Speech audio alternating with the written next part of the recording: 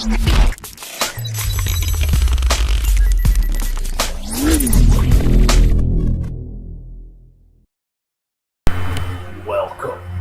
to the Toronto Maple Leafs franchise mode with your new GM, Ronald Van Donald. You can just call me RVD though. Little WWE reference there. Anyway, I'm very excited. Toronto Maple Leafs, as you know, or you might not know, favorite team, favorite NHL team. So that's going to be a good time. I downloaded the most recent roster update and I'm just going to roll with that. I fixed up Marner and Nylander, that's it, because they are not low elite people. So, fuck that, because low elites don't get good in this game. And I want those guys to get good, because they're going to be good.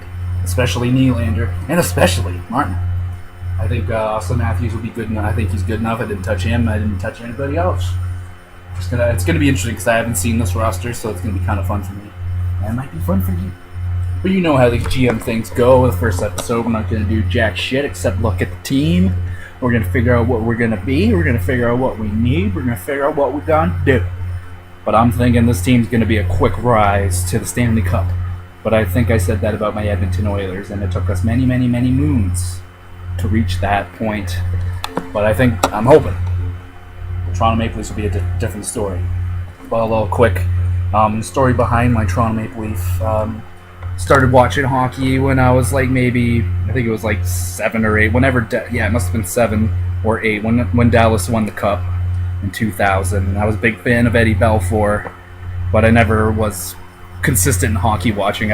My dad only watched like the Stanley Cup finals and stuff, and Dallas won it. So, and I was a big fan of the goalies, and Ed Belfour happened to be that man. And I was a big fan of him, and he went to Toronto, so then I became a full-on Toronto fan because those games were on TV where I lived, so I got to watch them, and I got to watch Eddie Belfour, even though he wasn't there very long.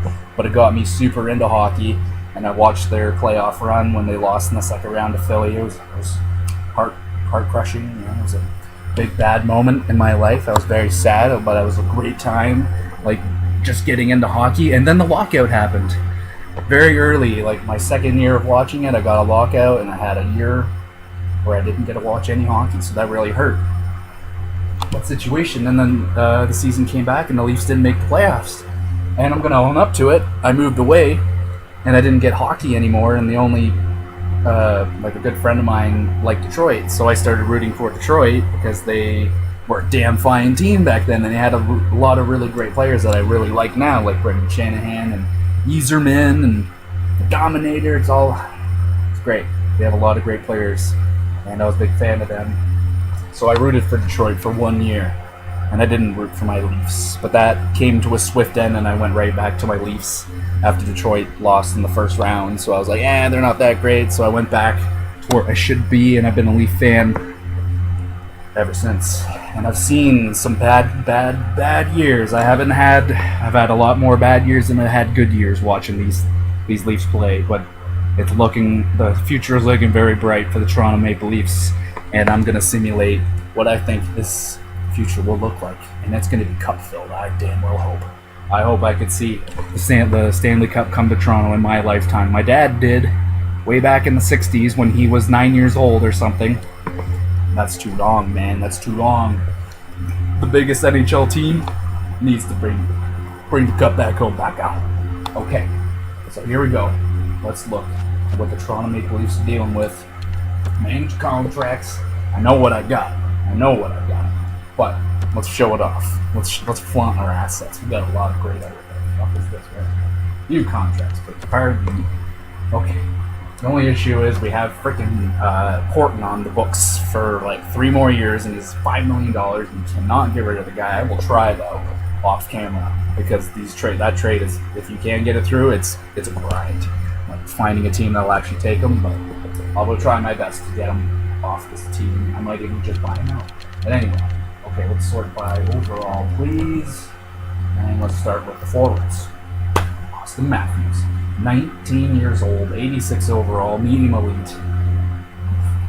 Oh, look at this guy. Obviously, our first line center of now and the future for many years to come, already with an 89 offensive awareness, solid puck skill, solid shooting. He's solid all around, and he's only going to get better. First overall pick. What a time that was when the Leafs got that first overall pick. I damn near shit myself. Because the year before, they should have had McDavid. McDavid should have been a Leaf. But it's okay. We got a fantastic player in Austin Matthews. Sometimes he doesn't simulate very good in this game. He probably won't simulate for me good in this game, but I'm keeping this guy. I love him. JVR, 86 overall, 27 years old, $4.25 million a year for the next 2 years. We got Matthews on the. He's nothing for 3 years. We'll worry about him later. Tyler Bozak, 85 overall, 30 years old, solid defensively, solid all-around player, good offense, just good. He's a good player all around. It's a lot of money though, but he's only for 2 more years. It's questionable. Nazim the Dream, medium elite, he's 25. He probably won't get much better. I've seen him get a little bit. I've seen him get up to 85 or 88 and stuff. Even seen him get up to a 90. This guy's locked up for the end of time. So $4.5 million. He could be great second line center for us for a long time, but depends on who's okay. So Marner and Nylander are both right wingers in this game. For some reason, it doesn't have to be that way. We can change it if I want to. But Mitchell Marner, he's an 85 already. That's a lot. That's good. Oh my, 19 years old, medium elite, also locked up for 3 more years for nothing. Let's take a look at this guy. This is an updated Mitch. Oh my God. 90 offensive awareness already? Jesus, Murphy. Yeah, he's good. He's even got good defensive awareness. Face-offs are pretty good. He could be a solid center for us. Or we could use him as a winger. We'll have to wait and see. I'll have to simulate with this for a little bit. I haven't had this Mitch Marner yet. This is an updated Mitch Marner for me. I haven't done a roster update since December. And it's now May. So there's been a lot of changes to the game. I've been using my own roster for a long time, so yeah. So Mitch Marner got a lot better since last I've seen. He was like a 75 in most of the ones I've seen. And William Nylander as well. Medium elite, 85 overall, 20 years old, right wing playmaker. This guy could potentially become a sniper. I think I want him to be. He plays like he's got such a monstrous shot in real life. Like watching him this season, that shot is it's like Phil Kessel caliber, but it's always like. It's always got to be top shelf. Phil Kessel can score. He usually shoots low, I found, more often than not. Just come down streaking fast on the wing and just kind of rip it low in traffic, But this guy, he's got insane accuracy. You're not saying that Phil Kessel doesn't. Phil Kessel's like my favorite player of all time. He might very well be my favorite player of all time. It's hard to say. He's not a Leaf anymore. I'm happy he won a cup in Pittsburgh, and I want him to be a bigger part of Toronto, but it just wasn't the right fit. It wasn't the right time. That's a different story for a different day. This is William Nylander's time. Okay, so we have him.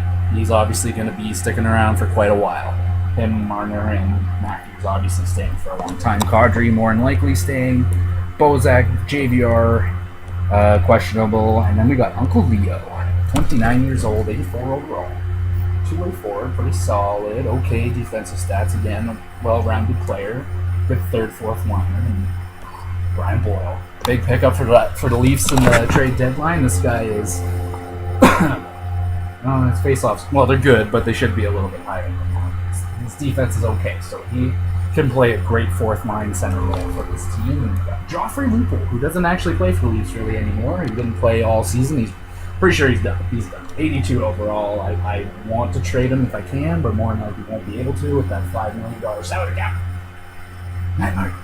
How long do we get this guy? So, okay, it's a long time, $2.5 million. Kind of a lot. He's 27. He's only 81 overall. I think that could be. No, he's just going to play fourth line for me. So yeah, Connor Brown. He's only a high AHL top 6 forward. Damn, he should be a lot better. But hey, he's got an 85 offensive awareness. Not bad. This guy could turn out even with that shit potential. But we'll have to wait and see. Eric Fair's here, 80, Smith, and then Josh Legal, medium, top 9. How does he look? 81. Oh, he could turn into something. 2-way forward, though. Shouldn't see. Okay, and then the defensive situation. We know we got Morgan Rielly. We know what this guy's going to become. He always becomes a monster. High elite potential, 22 years old. He's already 85. We got Jake Sneak Gardner. He's okay.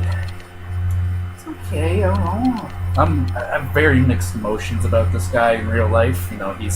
He shows flashes of brilliance, and then he shows flashes of just pure. I'm not even a hockey player right now. Like, what? Why am I here? But more often than not, he's starting to come around more. Starting to see more consistency, which has always been a big problem for Jake Gardner. But in this game, he's pretty good. I don't know. He can stick around. He's still young, getting paid a decent amount, but not for too much longer. Morgan Riley's locked up for a good long time. Zaitsev, this didn't get updated, but he just got locked up for 7 years. I think it's like $4 million or something. But right now, he makes nothing. He's a low top 6, 83 overall, 24. Probably won't become very good. He could be just a top 6 guy for us. And you got Hunwick. He's at 81. Marchenko, 81. 24 years old, though. He has some upside. Might get a little bit better. There you go. Roman Polak got a little downgrade. He used to be 85 overall, but now he's an 81. 30 years old. He's okay. He's okay. And then, of course, we got Freddie Anderson. 88 overall, high elite.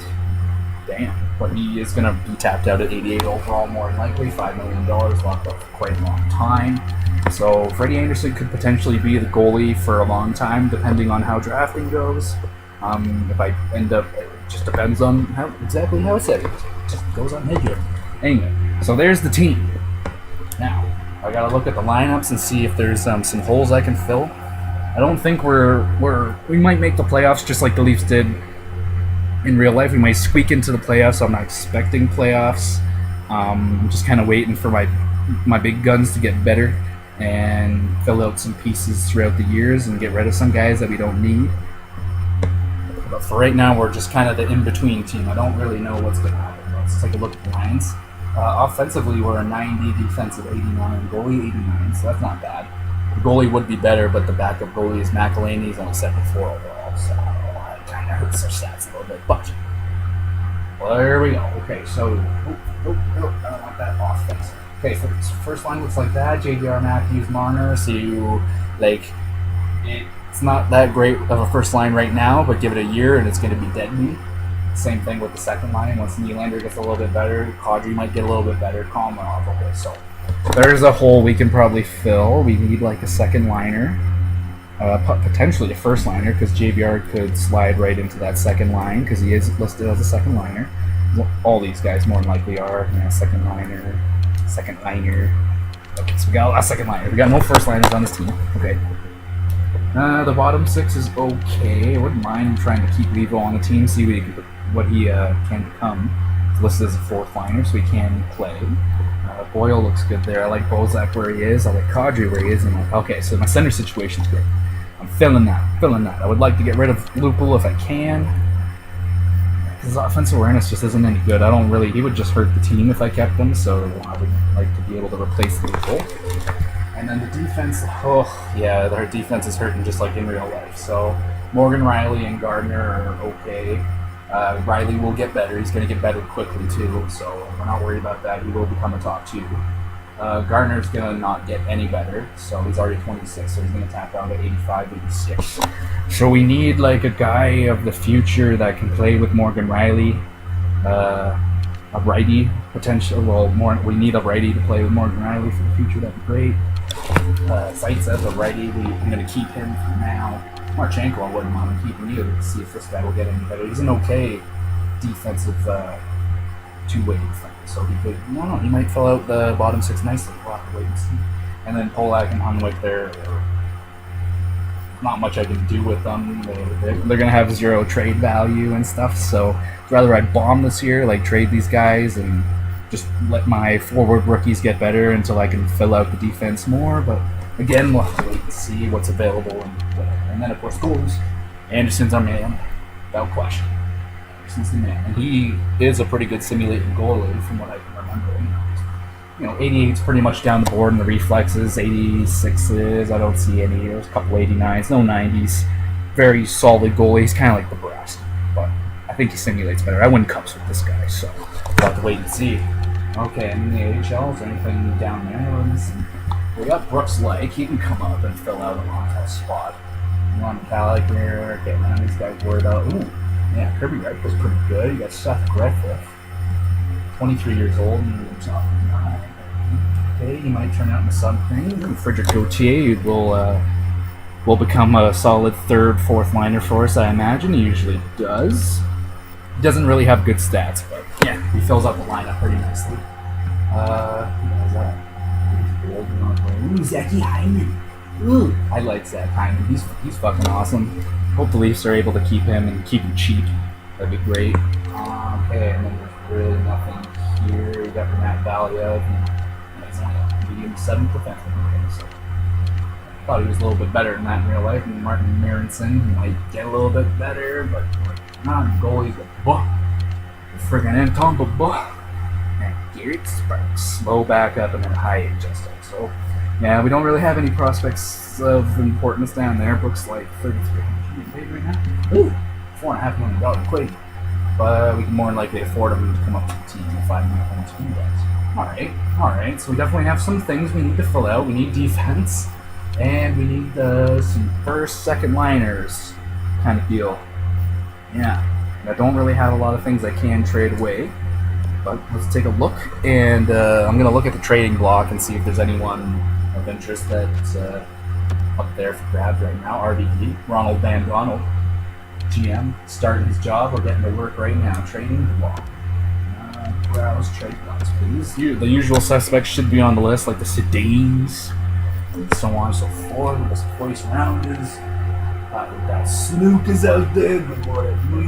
He's got some trade value. It's not too high. So, Calgary's got nothing. The Bosch, don't really want that guy anymore. He's already been a Leaf.